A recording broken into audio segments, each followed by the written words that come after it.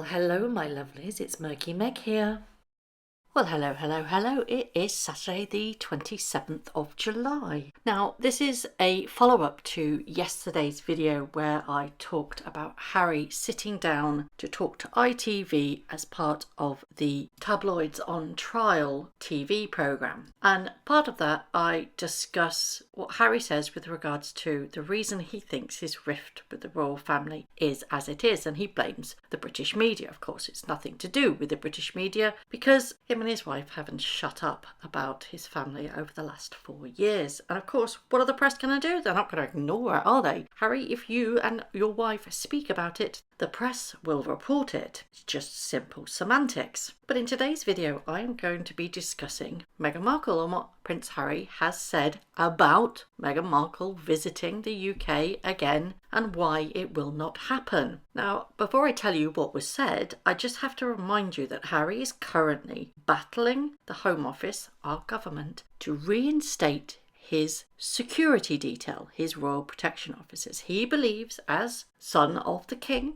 prince of the realm, he should be entitled to full security when he comes back to the UK, irrelevant of whether it is on official duty for the royal family, be it a family event or be it a private event. He says that as soon as he steps on British soil, he should receive full security. The government said, I don't think so, sunshine. It will be given as and when we see fit if there is any issues with your security. And if there is a threat, you will be given it. But if you come in a private capacity and there is no threat as we deem to see it, you won't be getting it. Harry takes umbrage to this and says, no, I should get it all the time. It's been going on for a while, to be perfectly honest. But you have to bear this in mind because I believe this is why he keeps banging on about it publicly. Now, last week it was reported that the Invictus Games is going to come to Birmingham, UK in 2027. And it is believed that Harry will be there, but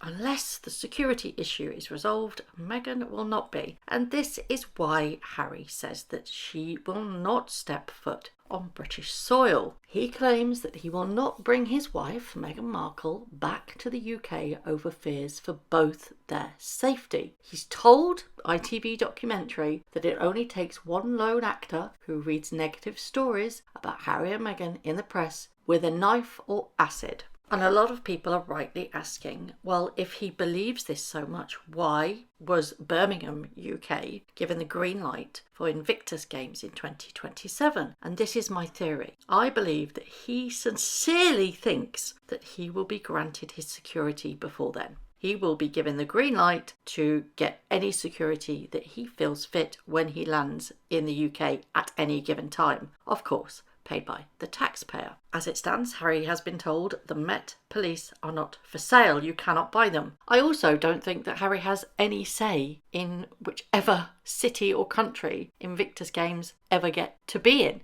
I don't think he holds that much power, to be perfectly honest. He is just a statesperson for the games. And as far as I'm aware, if Harry does come to the country and he stays with his father, the king, then he will be collected from the airport and taken to where he is staying with the king. But of course, often Harry doesn't want to stay with the king. He says, no, I'll stay in a hotel. Well, in that case, sunshine, sort yourself out. While the majority of the UK, when hearing that Meghan Markle will not step foot here, collectively released a sigh of relief, you've got to ask, why is he so obsessed with this notion that Meghan Markle is going to come into some kind of conflict in the UK? I mean, did he not brag about how many people he killed, or how many Talibans he killed in Afghanistan? I mean, I think that puts a bigger target on your back, Harry. You are your own undoing. I'd also like to raise the question that how kind of him to say this about a country that he is from, his father is the monarch of, but also the Invictus Games that he represents has decided to host their event in 2027. That says a lot about him, doesn't it? That it implies that this is an unsafe country. I'd also like to point out that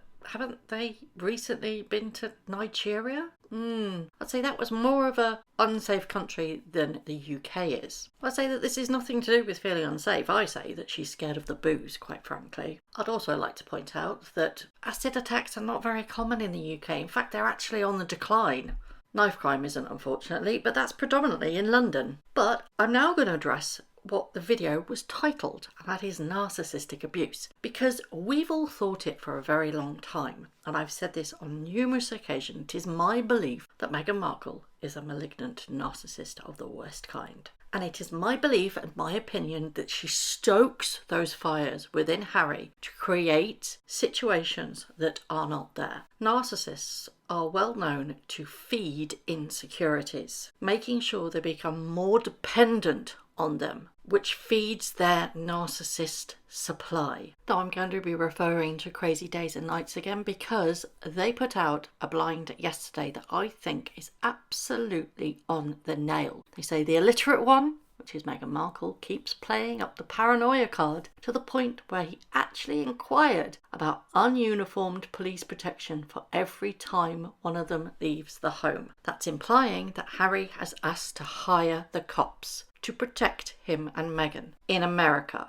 This is a form of abuse. It is narcissistic abuse to feed someone's paranoia, their deep psychological trauma. Because let's face it, Harry did go through trauma when he lost his mum. He's dining out on it for the rest of his life. Yes, don't get me wrong. That's completely true. And he's using it to play silly, dirty games, but he's still affected. No amount of therapy seems to be helping Harry at all, but I firmly believe that it is plausible that she is feeding this paranoia to get IPP status. They both want it. They want internationally protected person status. Why do narcissists try and make you paranoid and feed that paranoia? It's quite simple, because all the better to control their partners with. And at the heart of narcissistic abuse is control. Creating fear and paranoia is one of their many manipulation tactics. Ultimately and fundamentally, the thing that a narcissist most fears is being found out,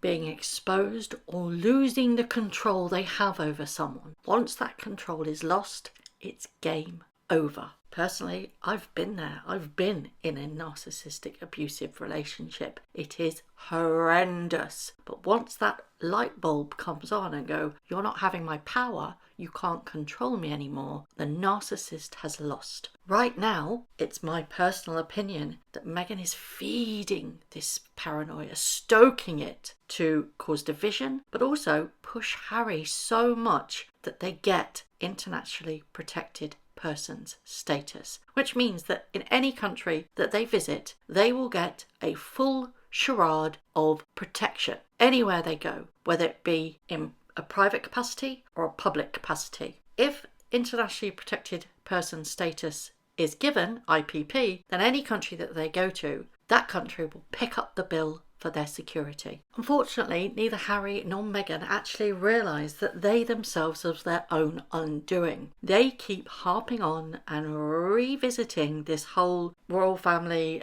versus us situation. And if they actually just shut up and got on with their life, things would be a lot better. But when either of them actually pipe up and start whining on about the royal family yet again, it gets people angry. It's been 4 years. Move on. What's laughable that is, if this blind is true, she's still out there calling the paps, calling Batgrid. She's still doing that. So she's feeding his paranoia and then lying to his face going, oh, the paps were just there. Nobody called them. Oh, Harry, I'm getting so annoyed. Oh my God, I can't go anywhere. Look, they're taking pictures of me. All the while having a massive grin like a Cheshire cat on her face. I'd just like to point out that many other celebrities, because that's exactly what Harry and Meghan are at this particular point, they're celebrities, can go out for lunch, dinner, have a good time without being papped. They do it on a daily basis. You know why? Because they don't dial them up going ring, ring, ring, ring. I'm here, come and take my picture. You never see Beyonce or Jay-Z getting papped. Well, you do, but very, very rarely. But my point is this, is that other people can do it successfully and live a normal private life. But it seems that Meghan Markle can't. She loves the attention.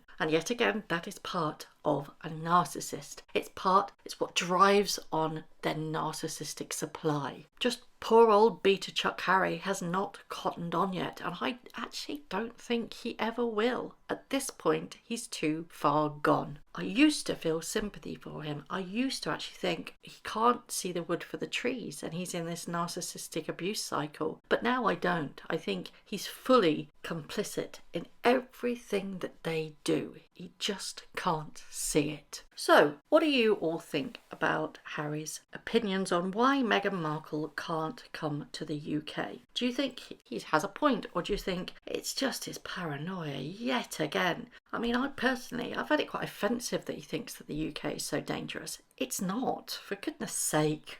What are your opinions on the Crazy Days and Nights blind that is so beautifully linked in at the same time that Harry has actually done this interview? Do you think it's pretty spot on, or do you just think, nah, Harry deserves everything he gets at this particular point? As always, I would love to know your thoughts. Thank you very much for watching. If you haven't already, please subscribe to my YouTube channel, hit the notification bell, and also that like button. I'd like to take this opportunity to thank all of my followers for all the tips and all the emails, DMs that everybody sends to me. It really is greatly appreciated. So thank you very much for watching once again.